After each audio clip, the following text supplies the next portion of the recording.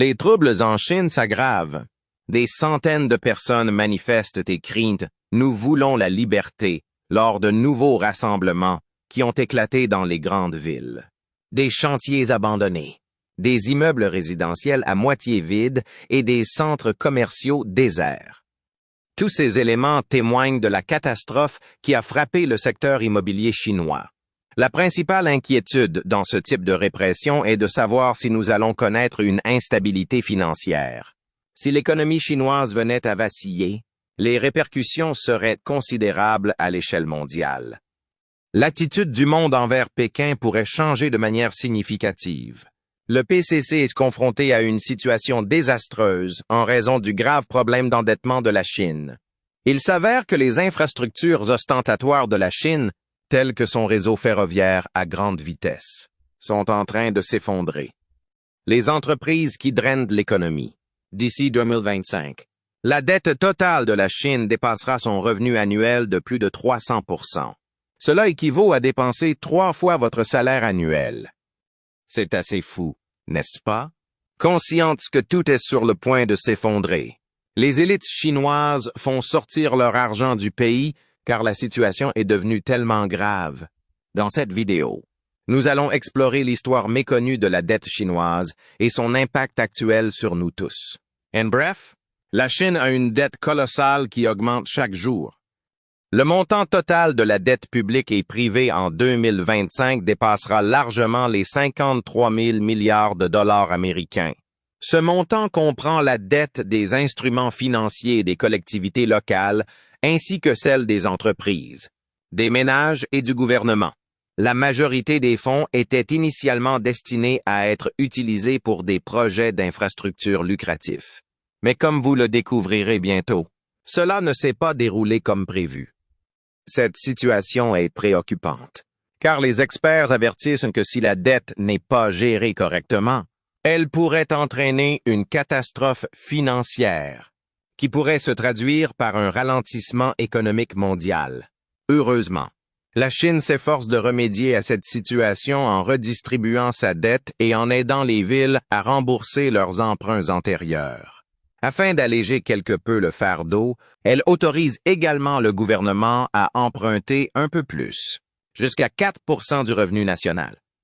Le fait qu'il s'agisse d'une augmentation de 25% par rapport à 2024 montre la gravité du problème. Mais la question de savoir si cela sera efficace est une toute autre histoire. Cependant, avant d'examiner la réponse de la Chine, nous devons d'abord nous pencher sur l'origine précise de cette dette. Après tout, on ne se réveille pas un beau matin avec des milliers de milliards de dollars de dette. Pour répondre à cette question, commençons par le train à grande vitesse, qui a été la plus grande déception. Ce sujet est sans aucun doute impopulaire. Il est probable que beaucoup d'entre vous n'en aient jamais entendu parler. La raison en est que le PCC dépense des millions pour promouvoir la propagande sur les trains à grande vitesse et étouffer leurs aspects négatifs. Afin de lutter contre le PCC, il serait très utile que vous nous aidiez dans notre mission de sensibilisation à cette question. Veuillez prendre un moment pour cliquer sur les boutons « J'aime » et « S'abonner » ci-dessous. Très bien, commençons. La situation de la Chine s'est considérablement détériorée pendant la récession mondiale de 2008. L'une des pires jamais enregistrées. Des millions de personnes se sont retrouvées au chômage. Des usines ont fermé et l'économie mondiale s'est effondrée. La Chine a choisi de construire le réseau ferroviaire le plus élaboré jamais conçu, car elle ne voulait pas s'enliser dans une routine. Le réseau ferroviaire à grande vitesse chinois était une manœuvre de puissance, et pas seulement un moyen de se déplacer plus rapidement à travers le pays. D'une part, il facilitait les déplacements et rapprochait la nation sous l'œil vigilant du gouvernement central.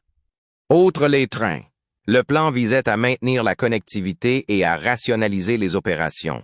Il a sans aucun doute atteint son objectif, puisque le plus grand réseau ferroviaire du monde s'étend aujourd'hui sur plus de 29 000 miles, soit plus de 48 000 kilomètres.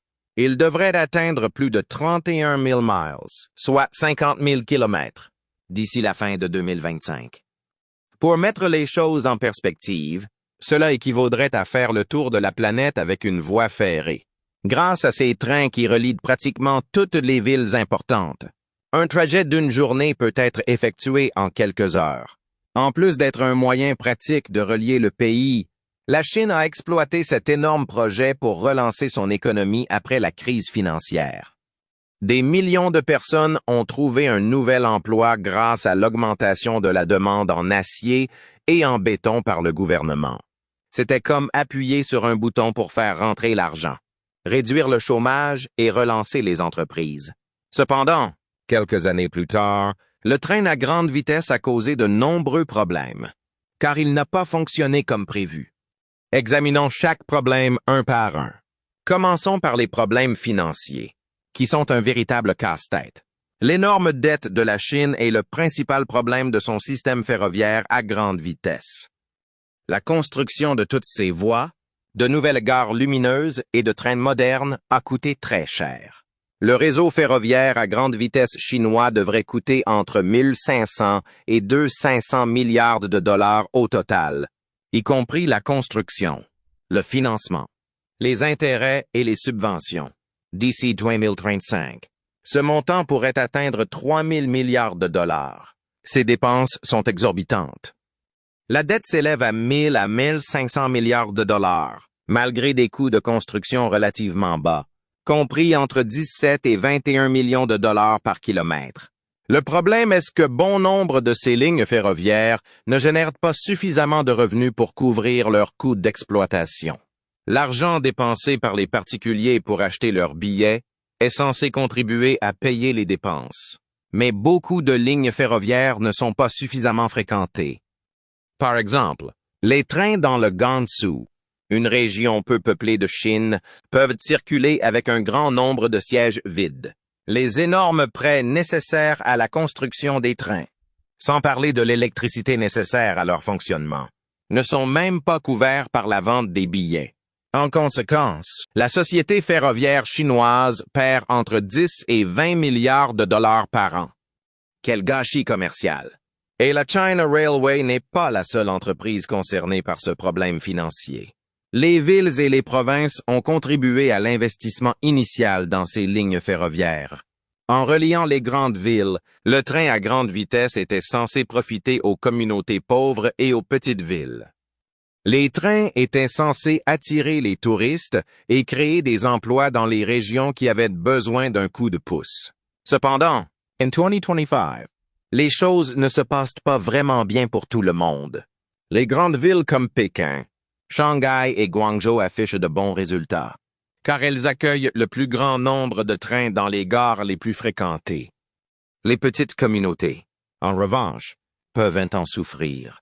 Comme il est plus facile de se déplacer dans les grandes villes, les habitants et les entreprises s'y installent, rendant les petites zones plus calmes qu'auparavant. Au lieu de favoriser la croissance de ces villes, les trains semblent leur ôter leur énergie. Avec des dettes s'élevant à des milliers de milliards de yuan et des recettes insuffisantes pour honorer les paiements importants, les gouvernements locaux se trouvent également en grande difficulté. Outre les pertes financières liées à cette sous-utilisation, la société ferroviaire a commencé à suspendre la construction de nouveaux réseaux. Une ligne de 270 km qui aurait relié Jiaozhuang, une ville du sud de la province du Shandong oriental, à Xinan, la capitale de la province, a été mise en suspens en 2021. Le coût estimé du projet était de 200 milliards de dollars, soit 130 milliards de yuan. Ils sont probablement aussi arrivés à la conclusion qu'ils n'avaient pas seulement les fonds nécessaires pour investir dans ce projet, mais que même s'ils les avaient eus, ils ne les auraient probablement pas récupérés. La gestion des fonds par les autorités locales est importante en raison de l'endettement massif de la Chine. Si cette dette n'est pas gérée, c'est l'économie de tout le pays qui pourrait en pâtir, comme nous le constatons avec China Railway et ses administrations locales. Par ailleurs, le coût exorbitant de l'exploitation de ces trains à grande vitesse aggrave le problème ferroviaire et le dilemme de la dette.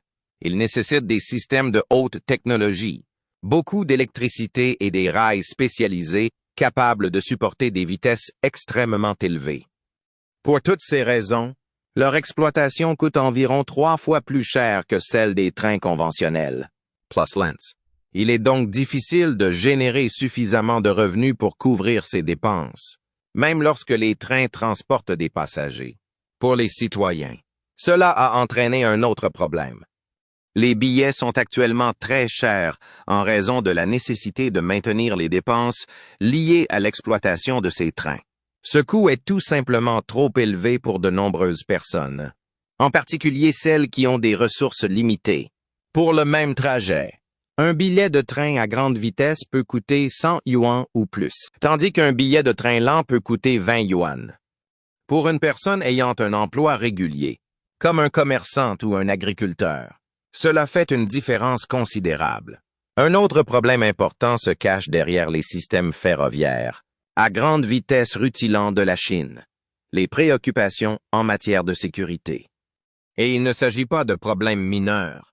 La dette ferroviaire de la Chine s'aggrave en raison de tous les problèmes et des dépenses supplémentaires qu'ils ont engendrés. Wenzhou a été le théâtre d'un terrible accident ferroviaire en 2011. La foudre a perturbé le système de signalisation, provoquant la collision de 2 trains à grande vitesse. Le bilan a été terrible. Environ 200 personnes ont été blessées et 40 ont perdu la vie. Tout le monde a été stupéfait et s'est demandé si ces trains incroyablement rapides étaient vraiment sûrs. Le gouvernement a dû agir rapidement. Pendant un certain temps, il a suspendu l'approbation de nouveaux projets ferroviaires et obligé tous les trains à réduire leur vitesse de 350 à 300 km à l'heure. Cela peut sembler peu, mais cela a entraîné un allongement des temps de trajet, ce qui a irrité les usagers et les a incités à moins prendre le train. Une baisse des recettes signifie moins de passagers, ce qui est problématique lorsque l'on est déjà fortement endetté. De plus, il a fallu effectuer de nombreux contrôles de sécurité sur l'ensemble du réseau, ce qui coûte cher. Imaginez devoir examiner des milliers de kilomètres de voies et de machines qui doivent fonctionner pendant de nombreuses années. Il s'agit d'une dépense importante que la compagnie ferroviaire n'avait pas prévue dans son budget. La construction de certains de ces ponts et rails pose également problème. Des rapports font état de raccourcis pris par les constructeurs, qui auraient utilisé des matériaux de qualité inférieure pour économiser de l'argent. Par exemple, ils ont découvert il y a quelques années que certains des piliers soutenant des ponts dans le Shandong étaient nettement plus courts que prévu. Il ne s'agit pas d'une simple erreur, mais d'un grave problème de sécurité. Réparer ce genre de problème nécessite des millions de dollars pour démolir et reconstruire. De plus, la compagnie ferroviaire a récemment investi massivement dans des systèmes d'intelligence artificielle qui surveillent en permanence les rails afin d'améliorer la sécurité à l'avenir. Ces systèmes sont fantastiques, car ils réduisent les problèmes tels que les pannes de voie, mais ils sont également très coûteux à construire et à entretenir. Ces dépenses supplémentaires, qui vont du ralentissement des trains à la réparation des constructions défectueuses et à l'achat de nouvelles technologies, s'accumulent. Ces améliorations en matière de sécurité rendent encore plus difficile le remboursement de la dette déjà importante des chemins de fer chinois. C'est comme essayer de réparer un bateau qui prend l'eau alors qu'il est en train de couler. Comme si les problèmes de sécurité n'étaient pas déjà assez graves, abordons une autre question importante. La corruption. Depuis des années, le système ferroviaire perd de l'argent à cause de ce désastre total. Comme vous le savez tous, la protection de notre sécurité nationale et la sécurisation de nos chaînes d'approvisionnement en provenance de Chine ont été les priorités absolues de l'administration Trump. La protection de notre accès au cuivre est l'un des aspects les plus cruciaux de notre sécurité nationale. Il est courant de qualifier le cuivre de nouveau pétrole. Je suis très optimiste à ce sujet, car il est important pour l'avenir de l'Amérique, surtout lorsqu'il est associé à l'or. La demande de cuivre augmente, mais l'offre ne suit pas. C'est pourquoi le président Trump a pris un certain nombre de mesures exécutives historiques pour protéger l'exploitation et la production de cuivre aux États-Unis.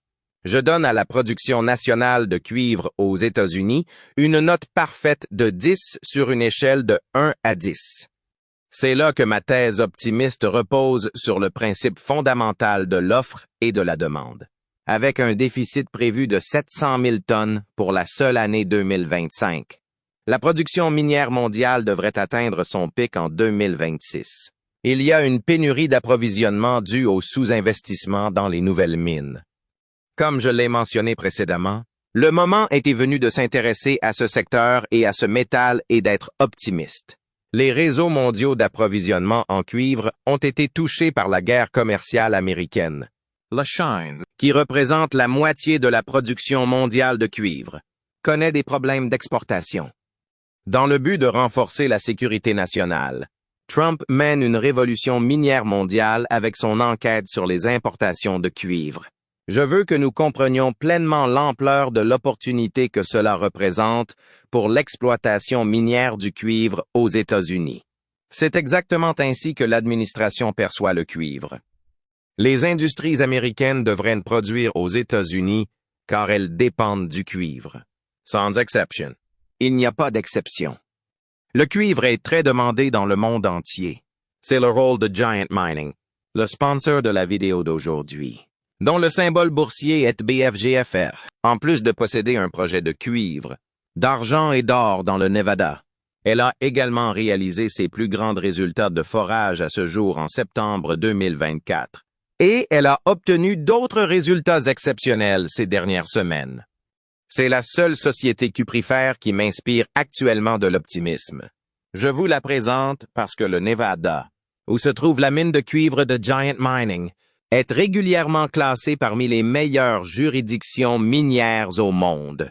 À l'heure actuelle, les activités de forage de Giant Mining en 2025 sont entièrement financées par son bilan. Giant Mining est bien placé pour poursuivre ses activités d'exploration et peut-être tirer parti de nouvelles perspectives sur le marché du cuivre. Je pense que c'est une excellente nouvelle. Je vous présente cette société aujourd'hui pour une raison bien précise. L'instabilité du marché a entraîné une chute de 50% du cours de l'action depuis début février. Le projet Majuba Hill Copper est une ancienne mine en production détenue par Giant Mining, également cotée à la bourse américaine sous le symbole BFGFF. Le gisement de cuivre a en fait été augmenté au cours des 4 dernières années par la direction et les géologues de la société, et Giant Mining a réalisé son meilleur forage en septembre dernier. Du début des années 1900 aux années 1960, les mines souterraines historiques du projet Majuba Hill ont produit 2,8 millions de livres de cuivre, 184,000 onces d'argent, 5,800 onces d'or et 21 000 livres d'étain. Je vais vous en dire un peu plus. Mon opinion très positive sur Giant Mining est le résultat de toutes ces variables, ainsi que de celles énumérées ci-dessous. L'infrastructure est prête. Routes d'accès. Usine de traitement, réserve de minerais, source d'énergie, transport et eau. Complétez vos recherches sur le symbole BFGFF pour Giant Mining. La construction d'un réseau ferroviaire à grande vitesse nécessite des investissements considérables. Malheureusement, tout cet argent ne finit pas à l'endroit prévu. Certaines personnes très influentes ont vu une opportunité de s'enrichir rapidement lorsque la Chine a investi massivement dans la construction de ses trains. Le président du ministère des Chemins de fer, Liu Zhijun, a été impliqué dans l'un des scandales les plus importants. Il était important car il était essentiellement le moteur du développement ferroviaire. Cependant, il a été découvert en train d'accepter des pots de vin en 2011, en offrant à ses amis des contrats ferroviaires ou en exigeant une part des ventes. Il avait amassé des millions de dollars. Sur la seule ligne Pékin-Shanghai, les enquêteurs ont découvert 5 milliards de yuan, soit près de 700 millions de dollars, dans des transactions douteuses. Cet argent aurait pu servir à rembourser des prêts ou à développer de meilleurs rails. Cependant, il a tout simplement disparu. Ces problèmes n'étaient toutefois pas des incidents isolés. Les auditeurs ont découvert diverses pratiques douteuses, telles que des entreprises facturant des prix excessifs pour des articles de base et des factures falsifiées pour présenter le réseau ferroviaire. Par exemple, ils avaient auparavant dépensé plus de 3 millions de dollars pour un film de 5 minutes. Une vidéo coûte 3 millions, Lorsque des personnes détournent de l'argent, c'est le type de dépense inutile qui se produit. En raison de toute cette corruption, le coût de construction des lignes ferroviaires a été nettement plus élevé que nécessaire, ce qui a imposé une lourde charge financière aux collectivités locales. Cependant, le vol d'argent n'est pas le seul problème. Les gens choisissent souvent des entreprises qui ne sont même pas qualifiées pour réaliser les travaux lorsqu'ils concluent des transactions à huis clos. Cela entraîne des problèmes tels que les constructions de mauvaise qualité décrites précédemment, qui doivent ensuite être corrigées, ce qui augmente encore les coûts. De plus, la société ferroviaire ne parvient pas à générer suffisamment de revenus pour rembourser ses emprunts, car elle a dépensé beaucoup trop d'argent. Elle doit actuellement environ 1 000 milliards de dollars, et cette entreprise douteuse est en grande partie responsable de cette situation. Le gouvernement continue d'intervenir pour l'aider, mais cela ne fait qu'augmenter la charge qui pèse sur les contribuables et la dette totale du pays. Il s'agit d'un cercle vicieux. La corruption augmente le coût des projets ferroviaires, ce qui accroît la dette et rend plus difficile le maintien de la stabilité économique de la Chine.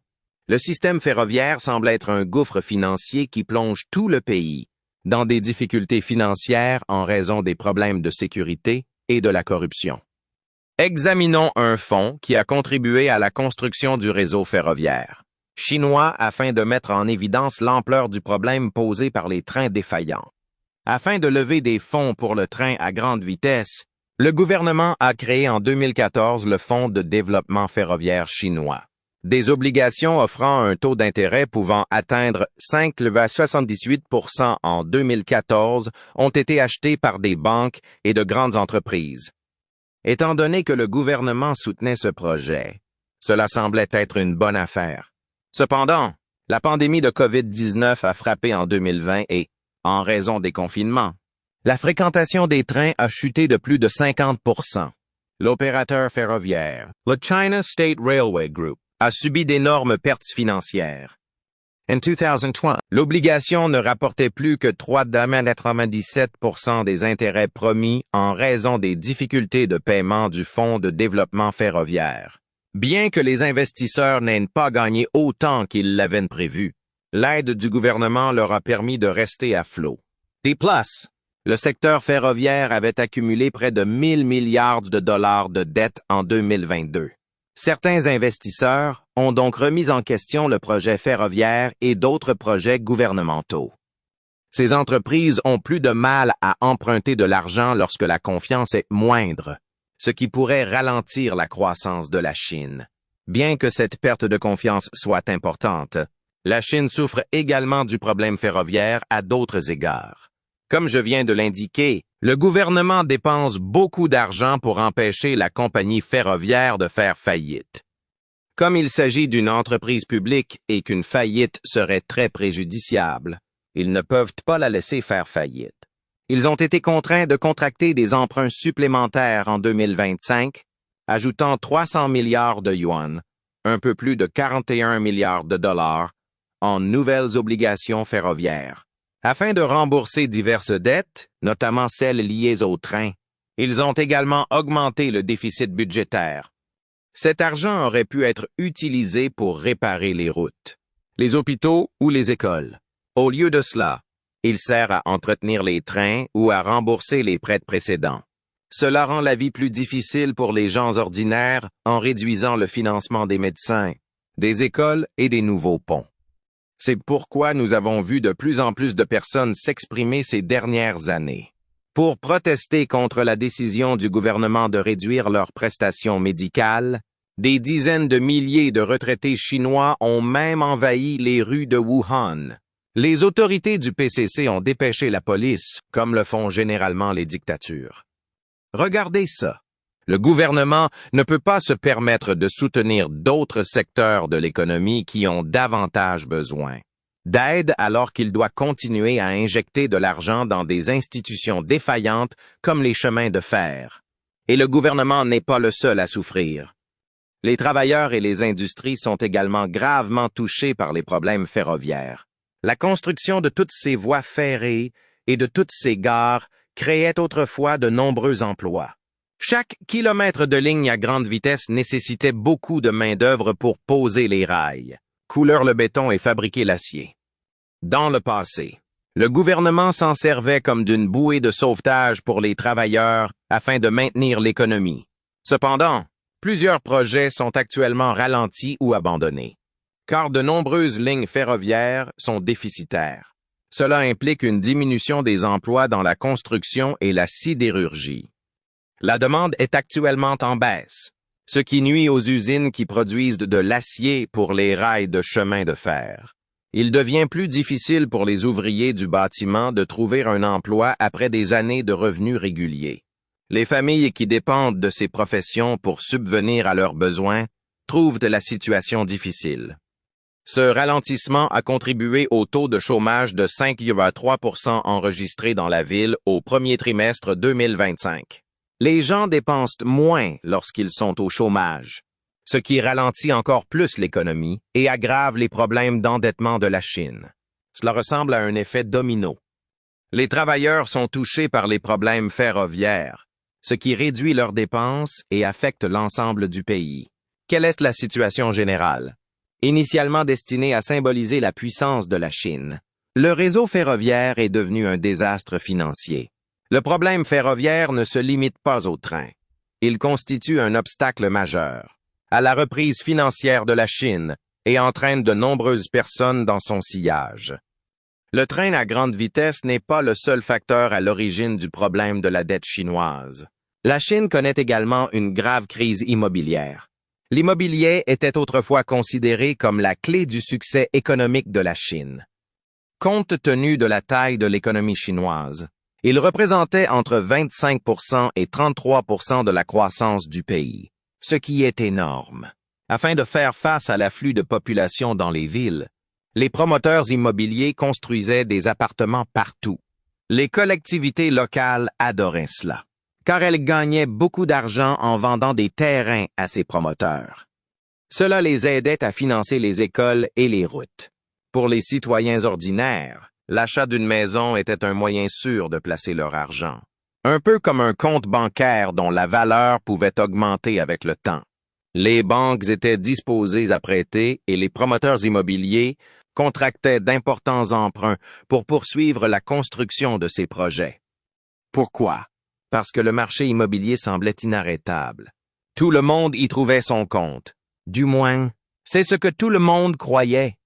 Cependant, tous ces emprunts et ces constructions ont créé les conditions propices à plusieurs problèmes majeurs. En 2020, le gouvernement a alors estimé que la situation devenait incontrôlable. Il a constaté la formation d'une bulle immobilière. Les promoteurs immobiliers s'endettaient beaucoup trop et les prix étaient exorbitants. Afin de limiter le montant des dettes que les promoteurs pouvaient contracter, elle a mis en place une réglementation connue sous le nom des 3 lignes rouges. Le plan visant à calmer le marché et à faire baisser le prix des logements n'a pas fonctionné comme prévu. Les promoteurs immobiliers ont été frappés de plein fouet par la crise de liquidité, à l'image d'Evergrande, qui devait plus de 300 milliards de dollars, et de Country Garden, dont la dette s'élevait à plus de 130 milliards de dollars. Lorsque les ventes immobilières ont commencé à ralentir, ils n'ont pas été en mesure d'emprunter des fonds supplémentaires et se sont retrouvés à court de liquidités pour couvrir leurs dépenses. Beaucoup ont commencé à se retrouver en défaut de paiement, c'est-à-dire dans l'incapacité de rembourser leurs investisseurs ou leurs emprunts. En 2021, le géant immobilier Evergrande a déclaré faillite. En effectuant des paiements de dernière minute, Country Garden, un autre géant, a échappé de justesse à la faillite en 2023. Comme il s'agissait de grandes entreprises, leur disparition a ébranlé l'économie. Lorsque des titans comme eux commettent des erreurs, tout le monde est touché, pas seulement eux. Vous vous demandez peut-être pourquoi cela est si important dans le contexte de la crise de la dette chinoise. Les défauts de paiement des promoteurs immobiliers ont toutefois un effet domino. Les banques qui accordent les prêts et les acheteurs d'obligations subissent tous des pertes. Certains de ces investisseurs sont des particuliers qui, convaincus de la sécurité de leurs actifs, les ont investis dans des produits de gestion de patrimoine liés à l'immobilier. Ces économies sont mises à mal et les utilisateurs perdent confiance dans le système lorsque les promoteurs immobiliers ne sont pas en mesure d'honorer leurs paiements. De plus, les clients qui avaient versé des acomptes se sont retrouvés sans rien à cause des milliers d'appartements inachevés. Certains acheteurs ont même protesté en cessant de rembourser leurs prêts immobiliers en 2022 en raison de ces problèmes immobiliers, ce qui a accru la pression sur les banques. Le secteur immobilier étant très important, ces problèmes ont des répercussions qui rendent plus difficile l'octroi de prêts par les banques et les dépenses des consommateurs. De plus, lorsque les banques et les consommateurs se replient, l'économie dans son ensemble ralentit, ce qui rend la gestion de la dette plus difficile. Devinez qui se trouvait une fois de plus au centre du problème. Comme dans le cas de la dette ferroviaire, les collectivités locales, bien sûr. Auparavant, la vente de terrains aux promoteurs immobiliers représentait près de 40% de leurs recettes. Cependant, ces dernières années, les ventes de terrains ont chuté de près de 30% en raison de l'effondrement du marché immobilier. Cela représente une part importante de leur budget.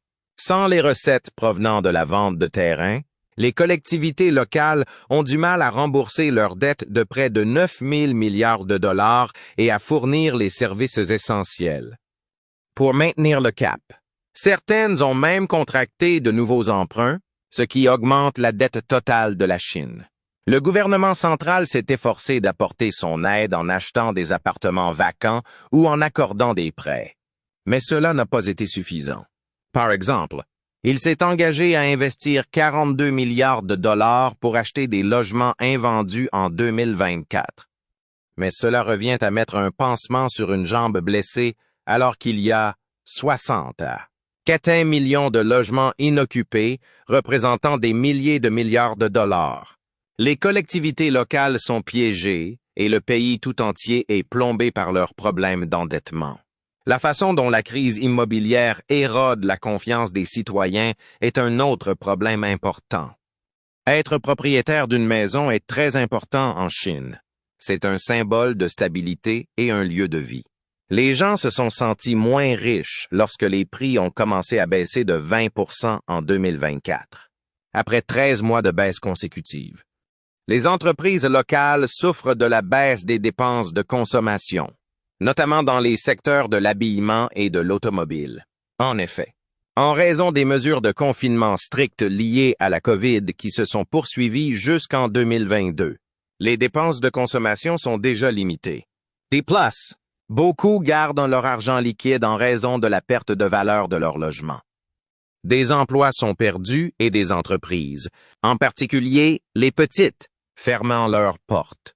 Depuis 2020, un demi-million d'emplois dans le secteur immobilier ont déjà disparu. Le remboursement des dettes devient plus difficile si l'économie croît plus, lentement en raison de la baisse des dépenses et de la diminution du nombre d'emplois. Cela ressemble à un cycle auto-entretenu. En outre, le système bancaire parallèle, qui pèse 3 000 milliards de dollars, et les banques chinoises sont liées à la crise immobilière.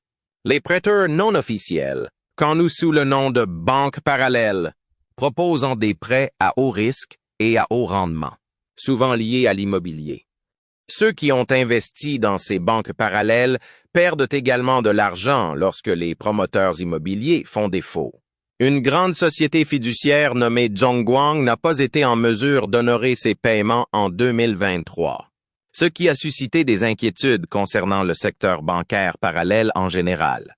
Les banques traditionnelles souffrent aujourd'hui, car elles ont accordé de nombreux prêts aux collectivités locales et aux promoteurs immobiliers. Les banques pourraient se retrouver à court de liquidités si trop de prêts ne sont pas remboursés, ce qui paralyserait encore davantage l'économie.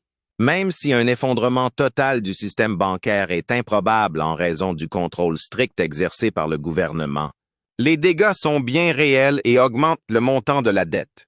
La population chinoise n'arrange pas les choses. Le pays vieillit rapidement et les jeunes sont moins nombreux à acheter des biens immobiliers. L'urbanisation ralentissant. Les besoins en logements neufs sont moins importants qu'auparavant.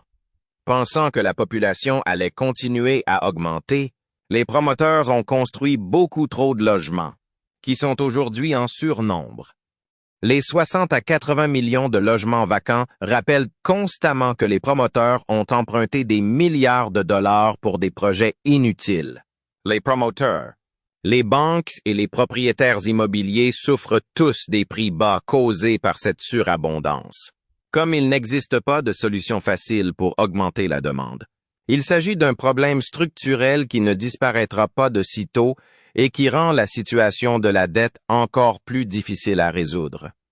L'économie chinoise est fortement touchée par cette dette. Les banques traversent une période difficile. Elles accumulent des prêts qui pourraient ne jamais être remboursés, car elles ont prêté des milliards aux entreprises immobilières et aux chemins de fer dans l'espoir d'être remboursées.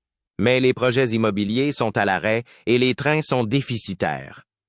Par exemple, la Banque industrielle et commerciale a actuellement des difficultés à récupérer 500 milliards de yuan qu'elle a prêtés à des projets ferroviaires. L'économie ralentit car les banques ont moins d'argent à prêter à d'autres entreprises, telles que les fabricants de vélos ou les restaurants de nouilles. La situation est si grave qu'en mai 2025, la Chine a annoncé son intention de vendre 500 milliards de yuan, soit environ 68 milliards de dollars, d'obligations souveraines spéciales afin d'augmenter le capital de ses plus grandes banques et de contribuer à la relance de l'économie. Malheureusement, tout le monde est touché par les difficultés financières de la Chine en raison de son rôle important dans le commerce international. La Chine étant le centre mondial de la fabrication, ces problèmes d'endettement ont eu un impact significatif sur le commerce international. Les chaînes d'approvisionnement sont perturbées dans le monde entier ici. Leurs problèmes d'endettement entraînent de la fermeture ou la réduction des usines. Les entreprises manufacturières chinoises ne sont pas en mesure de livrer leurs produits. Et les magasins dans des régions comme les États-Unis ou l'Europe peuvent avoir des difficultés à s'approvisionner. Si la demande chinoise diminue, les exportations des pays qui vendent à la Chine, comme la Corée du Sud et le Japon, vont baisser. Lorsque l'économie chinoise ralentit, les pays qui produisent des matières premières comme le soja et le minerai de fer, comme l'Australie et le Brésil, en souffrent également. Cette demande est tirée par l'industrie manufacturière et la construction à Pékin. Mais une crise de la dette pourrait entraîner une baisse des achats chinois.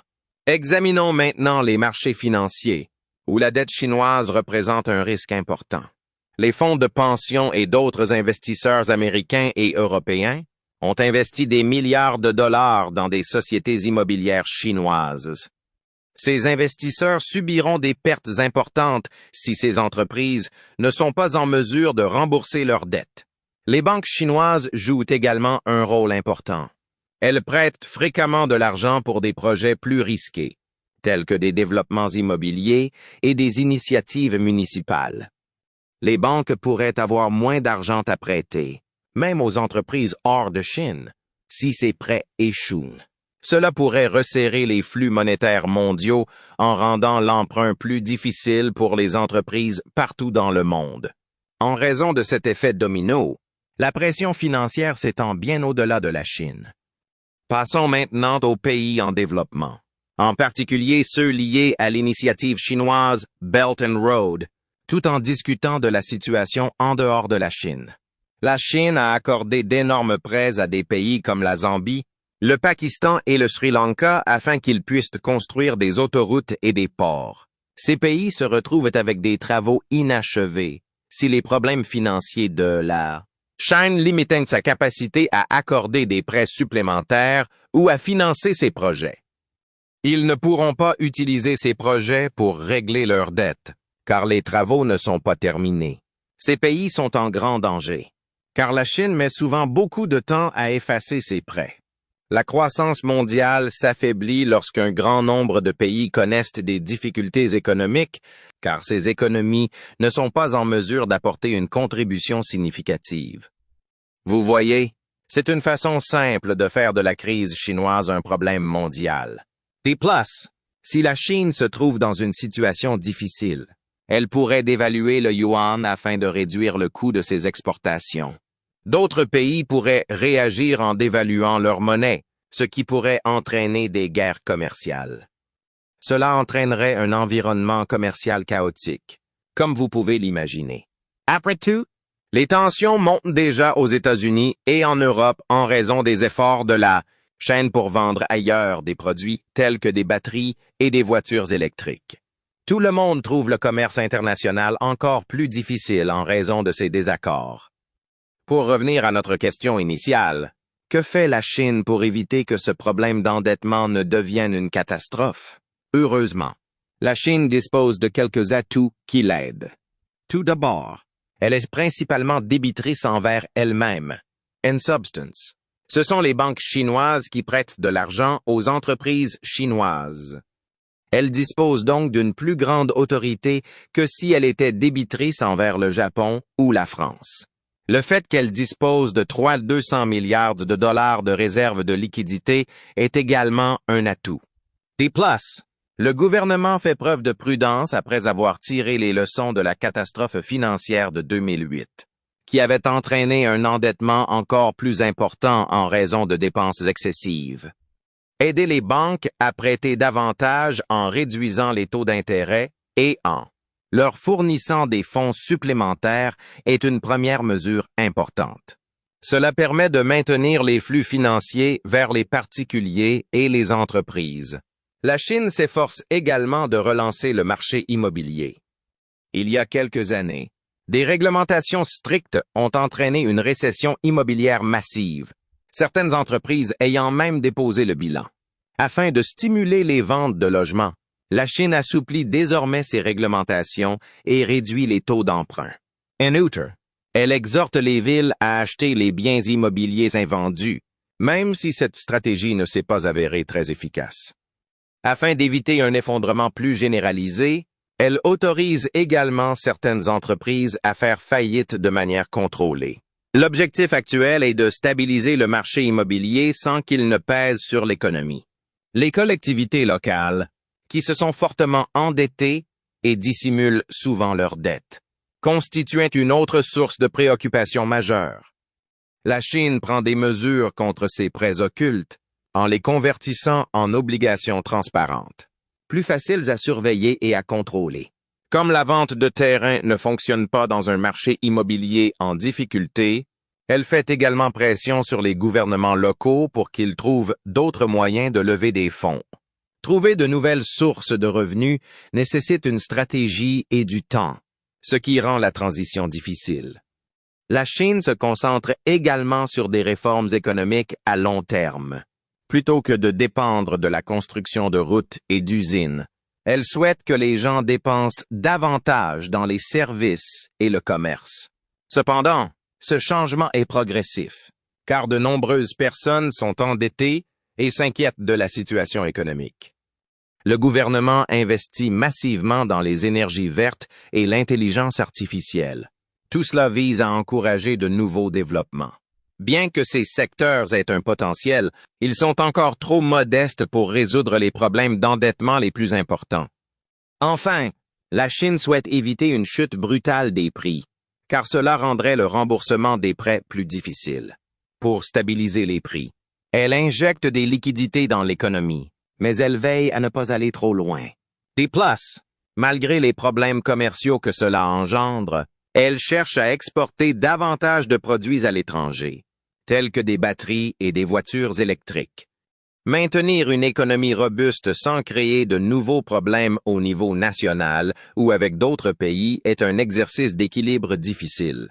Ces trains à grande vitesse sont un signe avant-coureur évident de la crise financière chinoise, qui est un sujet majeur. Ils ont été construits pour relier les villes, impressionner le monde et donner à la Chine l'image d'un champion. Cependant, leurs wagons à moitié vides, leurs billets coûteux et leurs coûts de plusieurs milliards de dollars montrent ce qui se passe lorsque l'on poursuit un objectif ambitieux sans plan bien pensé. De plus, les prêts dangereux, les villes surendettées et les entreprises immobilières en faillite s'accumulent comme un château de cartes. Seul le temps nous dira si la Chine parviendra à se sortir de cette situation déplorable, mais ses dirigeants se battent pour y parvenir. Suivez cela de près, car les prochaines mesures prises par la Chine pourraient avoir une incidence sur l'emploi dans votre ville ou sur le prix de votre prochain match. Merci de votre attention.